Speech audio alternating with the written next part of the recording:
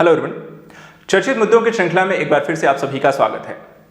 भारत के साथ साथ वैश्विक स्तर पर देखा जाए अलग अलग देशों में आजकल के युवाओं में एक दूसरे के साथ रहने के लिए शादी के बंधन में बंधने से पहले यहाँ पर लिव इन रिलेशनशिप का क्रेज बढ़ता जा रहा है।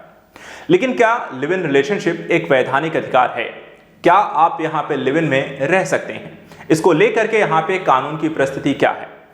लिव इन रिलेशनशिप देखा जाए आजकल के युवाओं के लिए एक दूसरे को समझने, अपने पार्टनर को बेहतर तरीके से जानने और आगे के जीवन में यहाँ पर आने वाली समस्याओं से परिचित होने के लिए लिव इन को यहाँ पे प्राथमिकताएं दी जा रही है। बड़े शहरों और स्मार्ट सिटीज में यहाँ पर इसको लेकर के क्रेज बढ़ रहा है। लेकिन हाल ही में यहाँ पर कोर्ट में एक फैसला आया जहाँ पर हाईकोर्ट के द्वारा मुस्लिम दंपत्ति को यहाँ पे कपल को इस तरह की अनुमति देने से मना कर दिया। इसके पीछे के कारण क्या है, लिव इन रिलेशनशिप को लेकर के आज हम यहाँ पर इस मुद्दे का विश्लेषण करेंगे। तो चलिए देखते हैं मुद्दा है क्या।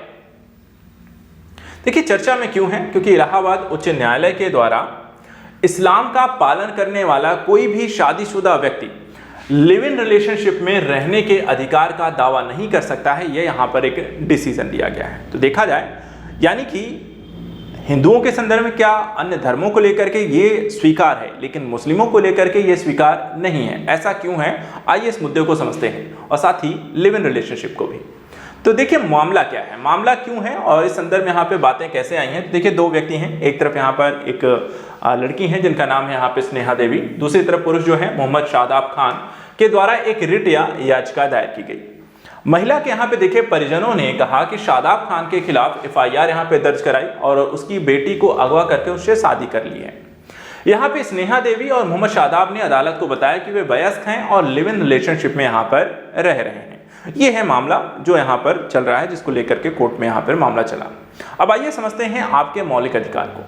संविधान के अनुच्छेद 21 में क्या कहा गया है कि जीवन और व्यक्तिगत स्वतंत्रता की सुरक्षा के संदर्भ में पुलिस कार्यवाही से यहाँ पर आपको सुरक्षा की मांग की जा सकती है, यानी कि इस स्थिति में आप यहाँ पर पुलिस सुरक्षा की मांग कर सकते हैं।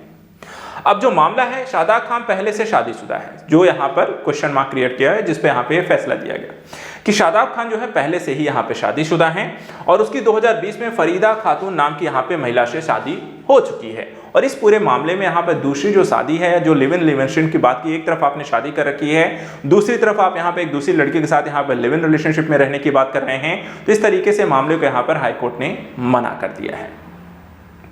अब अदालत ने ऐसा कहा क्यों है, इसके संदर्भ में उनका डिसीजन क्या है वो भी समझिए। देखिए इलाहाबाद उच्च न्यायालय का कहना है, इलाहाबाद उच्च न्यायालय की लखनऊ पीठ ने कहा है कि एक मुस्लिम व्यक्ति लिव इन रिलेशनशिप में अधिकारों का दावा नहीं कर सकता है जब उसका जीवन साथी यहाँ पर जीवित है। तो यहाँ पर इस परिस्थिति में आप ये दावा नहीं कर सकते हैं।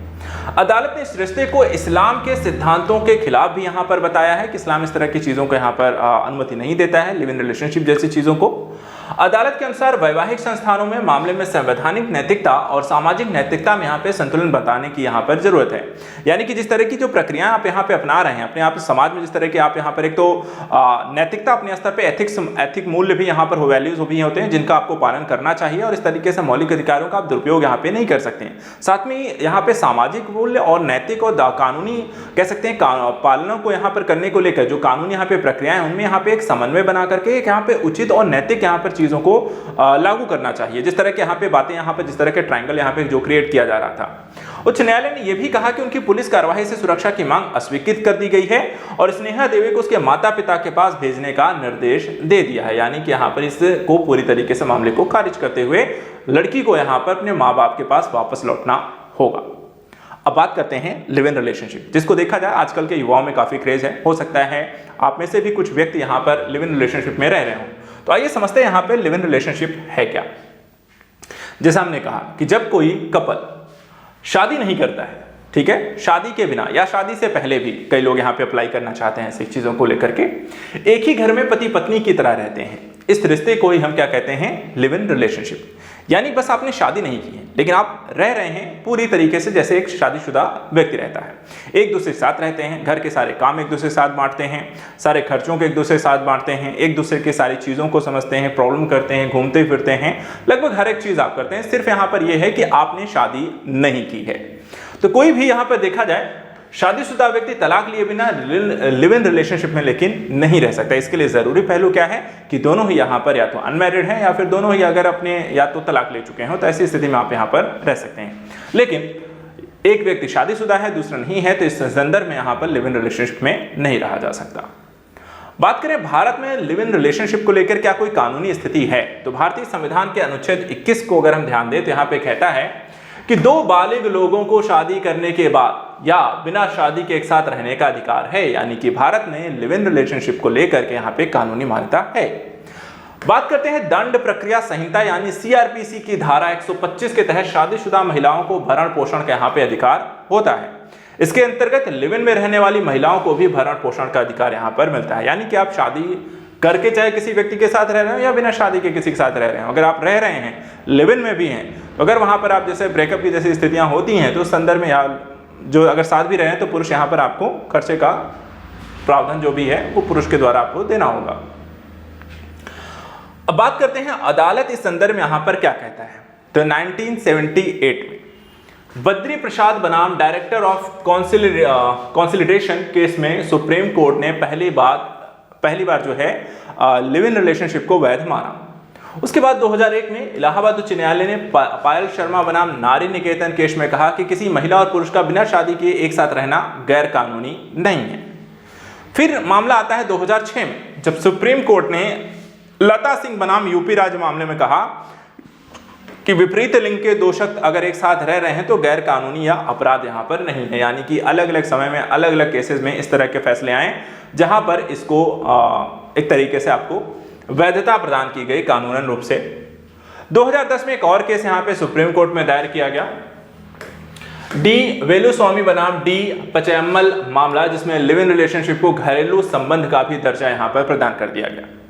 साथ ही लिव इन पार्टनर्स भी पति पत्नी की तरह एक दूसरे के खिलाफ घरेलू हिंसा इत्यादि का मुकदमा अब दर्ज कर सकते हैं। सिर्फ ऐसे ही लिव इन रिलेशनशिप संबंधों को घरेलू संबंध का दर्जा जहां दो अविवाहित या अलग अलग लिंग के लोगों के बीच रिश्ता हो, उन्हीं को इस तरह के मामले या केस दर्ज करने का अधिकार होगा। अगर हम बात करें LGBTQ समुदाय के संदर्भ में, तो यहाँ पे शादी के बावजूद किसी के साथ लिव इन रिलेशनशिप में रहने वाले लोगों पर यह निर्णय आपको लागू नहीं होगा। सिर्फ दो, यानी कि LGBTQ समुदाय के संदर्भ में है ये नियम लागू नहीं होगा, और या शादी के बावजूद अगर आप किसी और के साथ, जैसे यहाँ पर ये मामला आपको सामने आया था, तो इस संदर्भ में भी ये केस आप दर्ज नहीं करा सकते हैं। अब यहाँ पे देखिए सुप्रीम कोर्ट ने बाल सुब्रमण्यम बनाम यहाँ पर सुरत्यन मामले में लिव इन रिलेशनशिप से पैदा हुए बच्चे को भी देखा जाए तो वैधता यहां पर प्रदान की हुई है। साथ ही कोई महिला या पुरुष काफी सालों तक साथ रहते हैं तो एविडेंस एक्ट की धारा 114 के तहत इसे शादी भी मान लिया जाएगा, और ऐसे संबंधों में पैदा हुए बच्चे को वैधता और प्रत्येक संपत्ति में भी यहां पे अधिकार मिलेगा। तो यानी कि भारत में लिव इन रिलेशनशिप को पूरी तरीके से कानूनी वैधता प्रदान है, दोनों के रिश्ते को कानूनी वैधता प्रदान है, और इस संदर्भ में कोई भी केस करना है घरेलू शादीशुदा जोड़ों की तरह यहाँ पे मारपीट के केसेस भी दर्ज करा सकते हैं, और अगर काफी लंबे समय तक रहते हैं, शादी नहीं भी करते हैं, तो उसे शादी के तौर पे मान्यता मिलेगी। साथ ही यदि कोई बच्चा यहाँ पर होता है तो उसे भी यहाँ पे कानूनी वैधता मिल जाती है। तो पूरी तरीके से हर एक इस संदर्भ में इसे कानूनी वैधता यहाँ पे प्रदान करता है। इसके बाद वर्ष 2013 के मामले में हम देखें, इंदिरा शर्मा बनाम VKC शर्मा बनाम सुप्रीम कोर्ट ने निर्णय दिया कि लिव इन रिलेशनशिप में महिला साथी को घरेलू हिंसा से महिलाओं की सुरक्षा अधिनियम 2005 के तहत यहाँ पे संरक्षण का भी अधिकार दिया गया है। यानी कि पुरुष के अतिरिक्त कोई अन्य उसके साथ यहाँ पर इस तरह के बर्ताव करेगा तो वहां पर उसको सुरक्षा मिलेगी। लिव इन रिलेशनशिप PWDV अधिनियम 2005 की धारा 2F के अंतर्गत आता है, और इस धारा 2F के तहत घरेलू रिश्ते को यहां पर परिभाषित किया गया है। इसके अलावा अजय भारद्वाज बनाम जोशना मामले 2016 में पंजाब उच्च न्यायालय के निर्णय में लिव इन रिलेशनशिप में रहने वाली महिलाओं को गुजारा भत्ता पाने के अधिकार दिए गए हैं।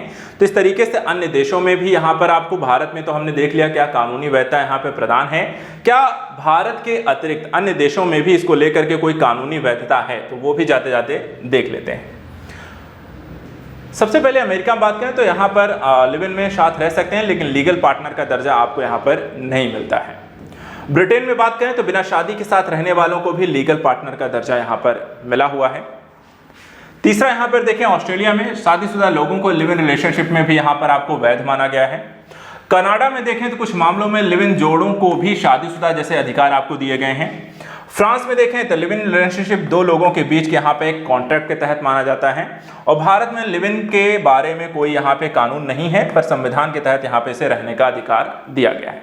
तो इस तरीके से लिव इन रिलेशनशिप की जो परिभाषा है उसके तहत यहाँ पे कानूनन नहीं है, लेकिन हाँ संविधान के तहत सुप्रीम कोर्ट के आदेशों के अनुसार, हाई कोर्ट के आदेशों के अनुसार यहाँ पर इसको वैधता प्रदान की गई है। तो आज के संदर्भ में इतना ही। नेक्स्ट वीडियो में कुछ और इंपॉर्टेंट टॉपिक्स को लेकर मिलेंगे। Thank you so much and good luck.